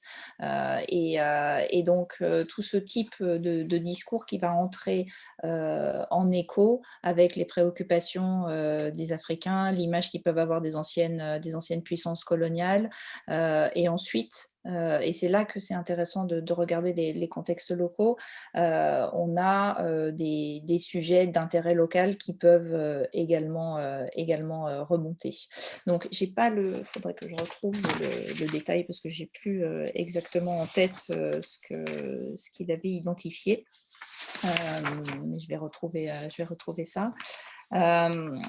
Et après, ce qu'on observe de manière générale, et c'est intéressant, et notamment ça apparaît très fortement dans ce qu'on a pu faire comme étude plus récente sur les diffusions de RT et Sputnik, c'est qu'il y a un effet d'opportunité, c'est-à-dire un sujet qui va faire controverse. Les Russes tentent plein de choses et lancent beaucoup de contenus qui sont repris ou pas repris, mais à partir du moment où un contenu est repris, ils vont le faire tourner beaucoup plus et l'exploiter. Donc, par exemple, un des sujets qui a énormément tourné, ça va être tout ce qui a eu trait, évidemment, aux Gilets jaunes ou à des controverses qui peuvent naître dans un contexte local. Donc voilà, j'essaie de retrouver des informations plus précises. Mais globalement, on voit aussi qu'on est sur des contenus qui souvent séduisent les franges d'extrême droite, donc avec un discours islamophobe, un discours aussi anti-Israël. Mais ce qu'on a constaté sur notre étude plus récente sur les primaires américaines, c'est qu'on a des discours qui finalement touchent les deux extrêmes du spectre politique.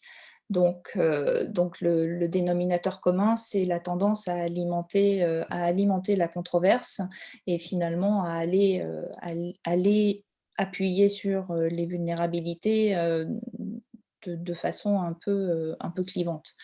Et ça, c'est très clair dans tout ce qui va, dans tous les contenus qui vont toucher à ce qui se passe dans les démocraties occidentales. Donc je vais retrouver les informations. Je suis désolée, c'est un peu éparpillé parce que l'étude est assez riche. Après, il y a aussi tout ce qui va justifier quelque part l'action de la Russie et la mettre en valeur.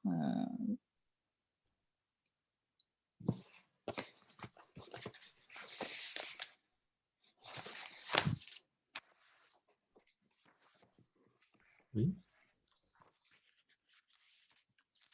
D'autres. Non, écoutez, moi je vais lancer, comme je vous disais tout à l'heure, une observation très très, très peu hypothétique. Disons que c'est hypothétique. Est-ce qu'on ne pourrait pas dire, pour reprendre la comparaison qui a été lancée par Alain Gascon, que les différences qui pourraient exister entre la Russie et la Chine, entre autres à propos de l'Éthiopie, résulteraient beaucoup plus de l'histoire, et de l'histoire peut-être pas culturelle, mais des pays.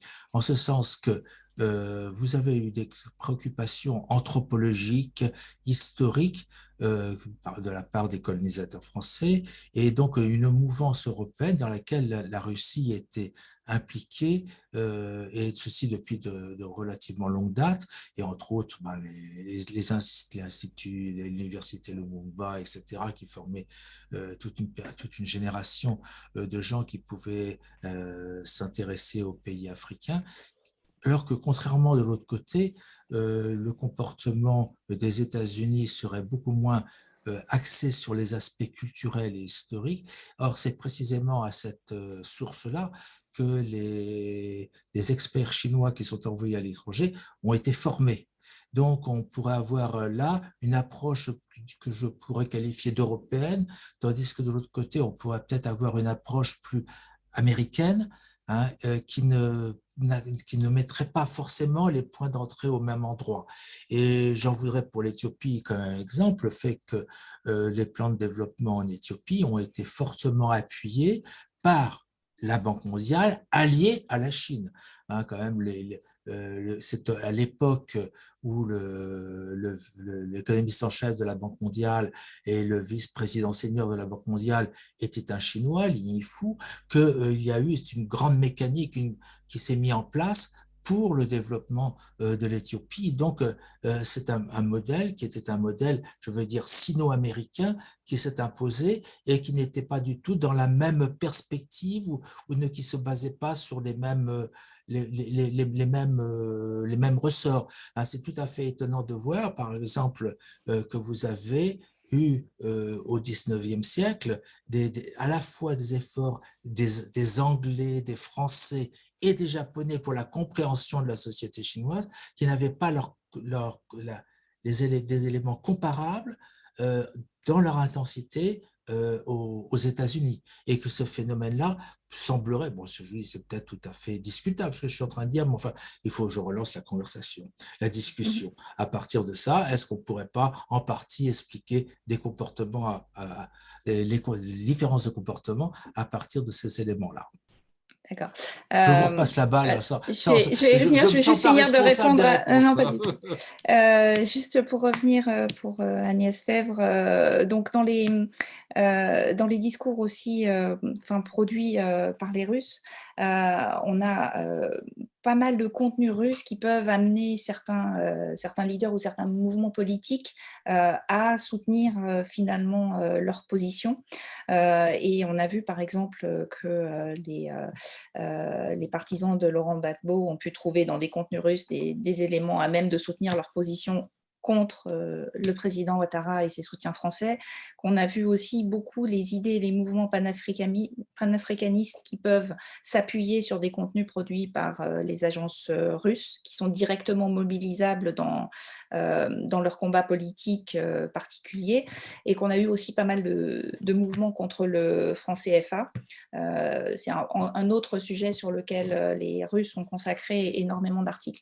Et puis il y a un sujet que j'ai complètement oublié parce que je suis un petit peu fatiguée ce matin, mais qui est tout ce qui relève de la présence de la France au Sahel, qui est aussi un sujet d'affrontement de manière informationnelle, au point, je ne sais pas si vous avez vu passer le rapport de Graphica sur les affrontements entre les trolls russes et les trolls français, mais il y a aussi toute une controverse sur cette question de l'intervention de la France au Sahel et qui vise directement les opérations. Alors, sur votre question, elle est intéressante et importante. J'ai envie de dire que la méthodologie qu'on développe pour cette analyse, elle est surtout un révélateur, mais si on n'a pas derrière une analyse quantitative contextualisée, on ne peut en tirer que des choses assez superficielles. Et c'est pour ça qu'on n'a pas l'ambition de répondre à toutes les questions par ce travail-là, mais ça permet de faire ressortir un phénomène et surtout, ça donne des points d'entrée pour aller regarder ce phénomène. Et après, une fois qu'on a détecté qu'effectivement, on a un succès beaucoup plus important des contenus chinois en Guinée et en Côte d'Ivoire, c'est des pays où on a envie d'aller voir ce qui se passe et les relations entre la Chine et ces deux pays et quels sont les différents vecteurs de l'influence qui font que les contenus vont avoir beaucoup plus de succès dans ces deux pays-là que dans d'autres pays d'Afrique. Et évidemment que l'interprétation de ce qu'on observe va nécessiter… Alors, la première étape, ça va être de regarder qui sont les sites qui relaient, parce qu'il faut s'assurer qu'effectivement, il y a un lien avec le pays et qu'on arrive à comprendre à quel finalement est leur objectif, puisqu'on est dans une dynamique d'appropriation des contenus. S'assurer aussi qu'ils appartiennent bien à des administrateurs locaux ou qu'ils ont bien une audience locale et est-ce que ce sont de vrais sites ou est-ce que ça relève d'une opération d'influence qui peut aussi être le cas. Mais après, d'arriver à comprendre pourquoi ces contenus ont du succès sur place, ça nécessite évidemment de comprendre le contexte historique, de comprendre ce que font les différentes puissances sur ce terrain-là et avec quelle approche, de comprendre comment ça s'inscrit dans un contexte géopolitique, dans un contexte économique. Et c'est là la difficulté, c'est-à-dire que nous, on a fait la première étape du travail, mais derrière, il faut un vrai travail de terrain avec des entretiens et avec une compréhension du contexte local, sinon on ne peut rien expliquer sérieusement. Donc ça, il n'y a aucun problème là-dessus. On est vraiment sur une méthodologie qui permet de mesurer une chose, et à partir de là, il faut creuser. Nicolas Hénin a levé la main, je vous passe la parole. Et il faut que vous… Voilà. Oui, bonjour, merci beaucoup de votre présentation très intéressante. Je voudrais savoir si vous avez identifié et comment vous avez placé, le cas échéant, des proxys, que ce soit des proxys africains, et là je parle bien sûr de l'influence russe davantage, proxy africain comme peut l'être un Kémy Séba, ou proxy européen comme peut l'être un Luc Michel. Merci. Alors là, on est sur… ça, c'est un travail qu'on peut faire par ailleurs, mais qui est un petit peu différent, parce que là, on n'a pas identifié des acteurs de façon nominative qui interviennent sur les réseaux sociaux. On est vraiment sur du copier-coller de textes qui sont repris par des sites web. Donc, dans ce cas précis, ça ne permet pas forcément d'identifier un acteur en particulier, sauf si on identifie un blog d'une personnalité qui va être influente et qui reprend ses contenus. Encore une fois, on ne mesure que ce qu'on mesure. Après, on peut parfois identifier des galaxies de sites qui nous permettent de nous poser des questions. Je vais vous montrer un exemple, puisqu'on a fait cette méthode sur les primaires américaines. Alors, c'est pas encore publié, mais il faut que je retrouve mon PowerPoint que je partage. Donc, on a fait cette étude sur… attendez. Hop. Sur la diversité des contenus, la reproduction des contenus russes sur les primaires américaines en anglais. Et si on regarde, on a un cluster ici de sites qui sont plutôt à l'extrême gauche et qui sont plutôt verts, et où on a identifié des sites qui sont un petit peu bizarres et qui ont tous le même nom. Donc ça, qui sont la galaxie Positive Universe. Donc ça, quand on creuse, on va sans doute trouver des choses qui sont intéressantes et ça peut nous mener à des acteurs particuliers. Mais cette méthode-là, elle ne permet pas forcément de mettre en exergue des personnalités de la même façon que quand on analyse les réseaux sociaux.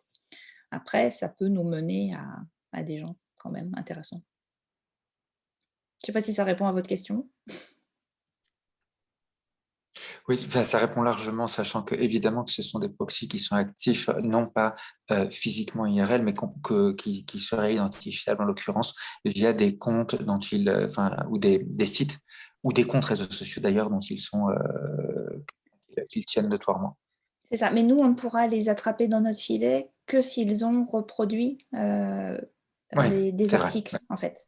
Mais Alors qu'en fait, ils sont davantage producteurs d'articles même c'est que ça. reproducteurs. C'est la raison pour laquelle, par exemple, on n'a jamais QAnon dans nos galaxies de sites. Parce que QAnon ne reproduit pas des contenus existants, mais produit ses propres contenus.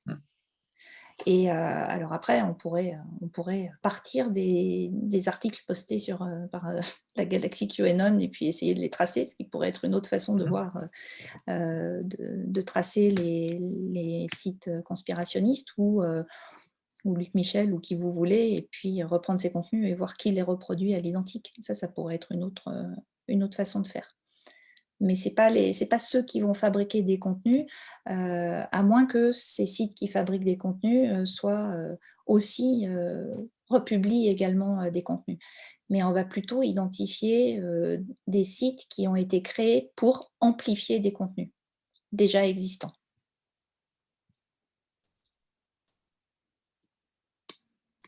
Oui. Qui souhaite s'exprimer?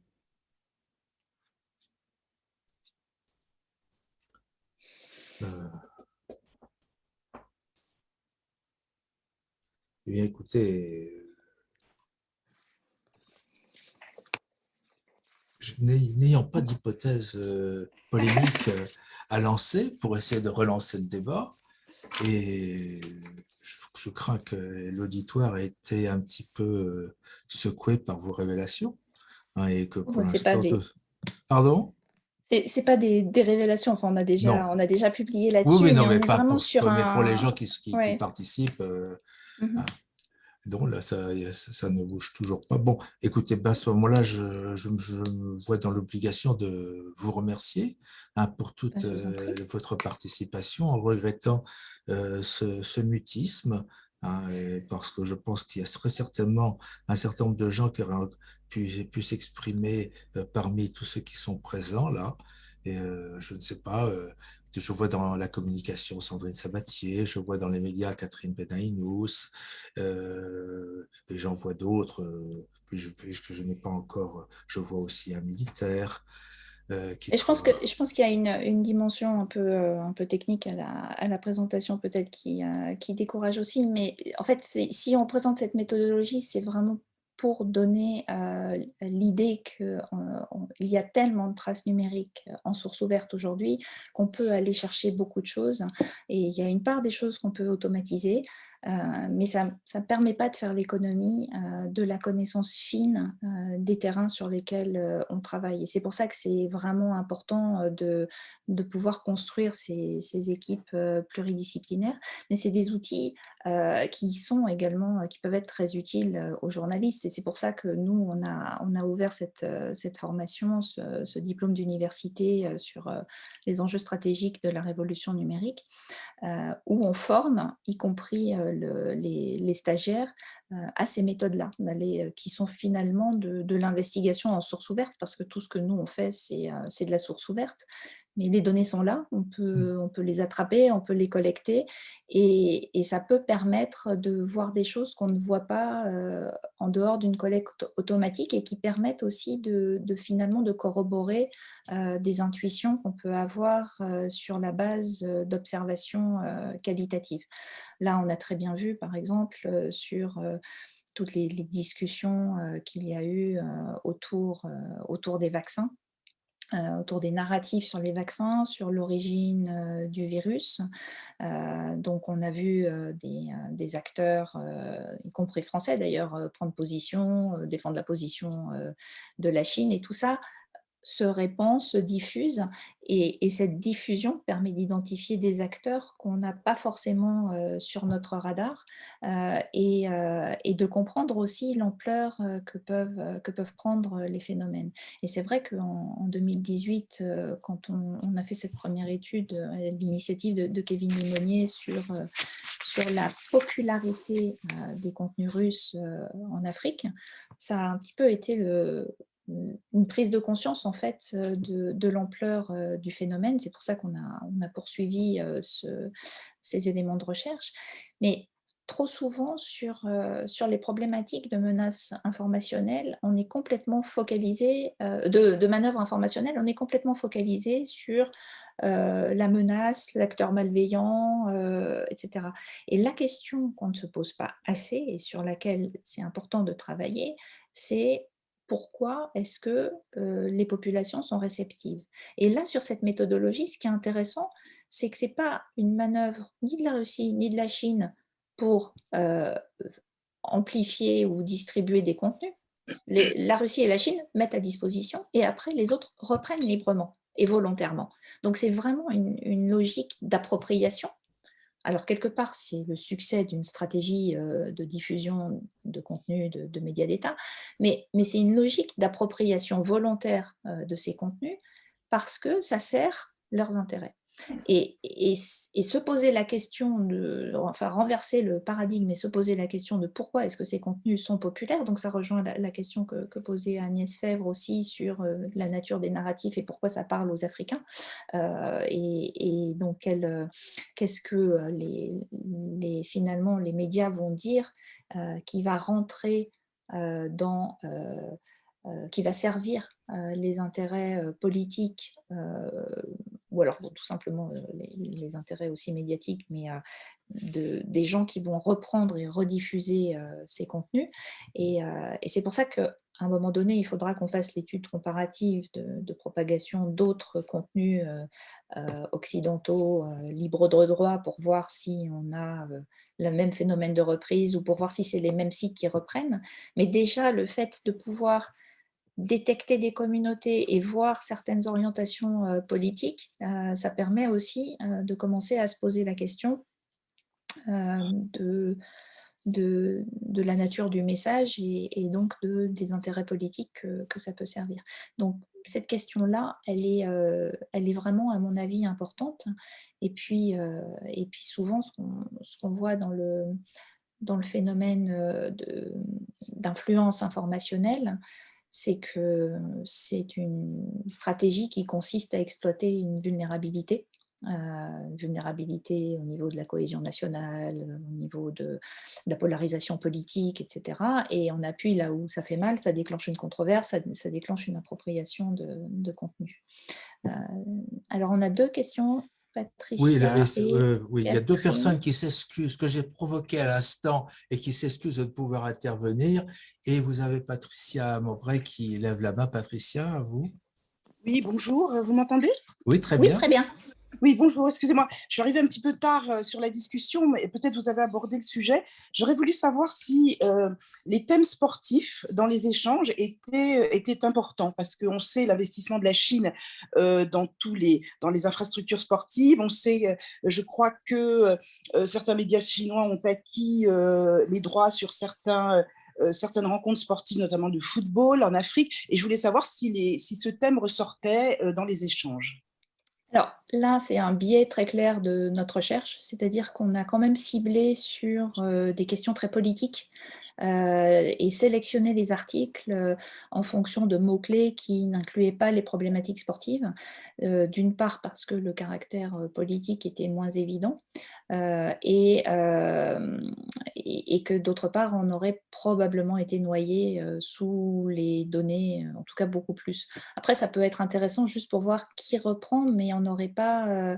Est-ce que ce serait pertinent par rapport à notre objectif? On n'en est pas très sûr.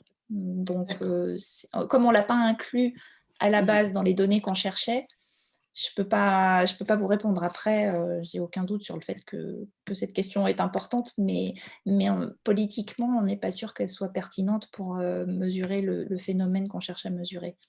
D'accord, ok, je vous remercie. Plus d'influence politique. Quant à ceux qui ont pris en retard, vous pouvez poser des questions quand même si j'y ai déjà répondu avant, c'est pas très grave parce que c'est jamais exactement la même question, donc n'hésitez pas à poser des questions.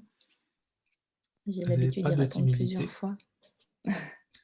ou sans ça, vous allez encore me forcer à me lancer dans des trucs tirés par les cheveux. Excusez-moi, j'ai pas vu où on doit lever la main. C'est pas En grave. bas à droite, Oui. Catherine.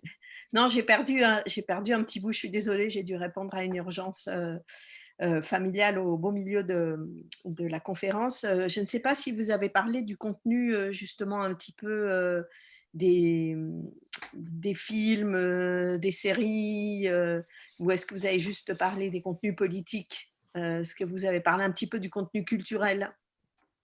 Alors là, on a fait une analyse qui était très ciblée, c'est-à-dire qu'on a repris des articles des médias chinois et des médias d'État russes qu'on a sélectionnés en fonction de mots-clés sur des problématiques très politiques qui concernent l'Afrique.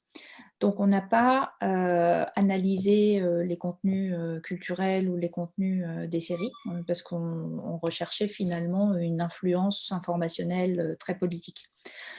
Donc, c'est exclu de notre champ. En revanche, il y a tout un travail d'analyse des séries et de voir comment les séries peuvent influencer et façonner les opinions publiques, qui est extrêmement intéressant à faire, mais on ne s'y est pas intéressé dans ce contexte-là. De la même façon, je pense que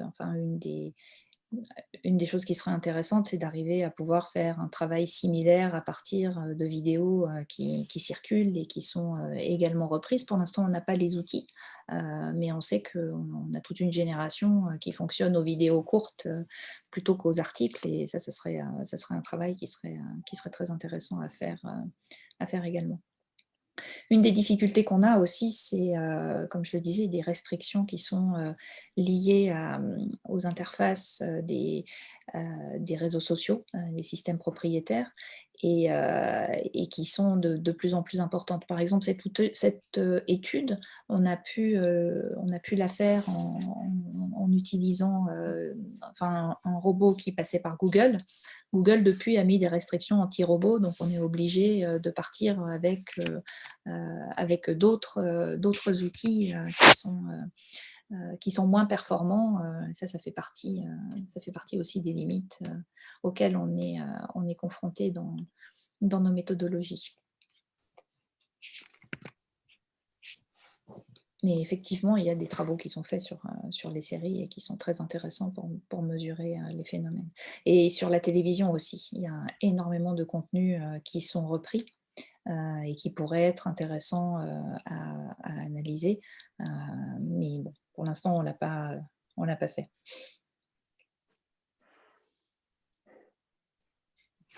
Très bien. Qui souhaite poser une question?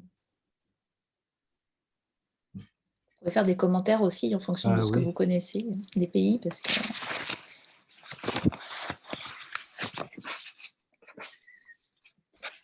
Il y a un complément qui est arrivé, mais il n'y a pas d'autres questions. Souhaitez-vous ajouter quelque chose? Donc, je reprécise, vous pouvez retrouver donc l'article principal sur lequel on a travaillé dans le numéro d'Hérodote. Et puis, on en a d'autres qui devraient sortir. Il y a aussi tous les travaux de Selma Mioubi qui a soutenu sa thèse sur les médias chinois en Afrique et qui a contribué à cet article. Et donc, qui a fait toute une cartographie de l'implantation et des partenariats montés entre les médias chinois et les médias africains, qui est aussi un facteur explicatif extrêmement important. Et puis, on va continuer à avancer sur cette cartographie à partir d'une mise à jour de ce qu'on a observé pour les médias chinois en français, et on va tenter une cartographie en anglais pour voir ce que ça donne, aussi. C'est des recherches qui sont compliquées parce que dès qu'on a mis en place... C'est les enfants. Oui, là, il y a des... Les joies de Zoom.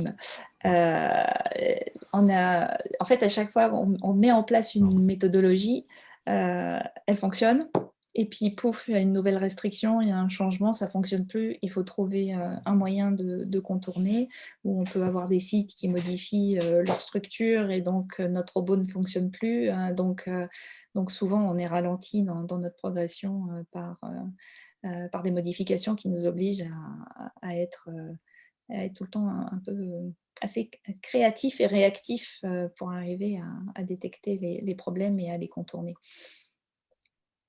Idéalement, il faudrait qu'on puisse accéder à des données directement. Donc, on continue à insister à la fois auprès de Google et puis d'autres organisations pour soit permettre de lever des restrictions pour qu'on puisse travailler ou pour accéder directement à des données qui nous permettraient de mieux comprendre et analyser les phénomènes.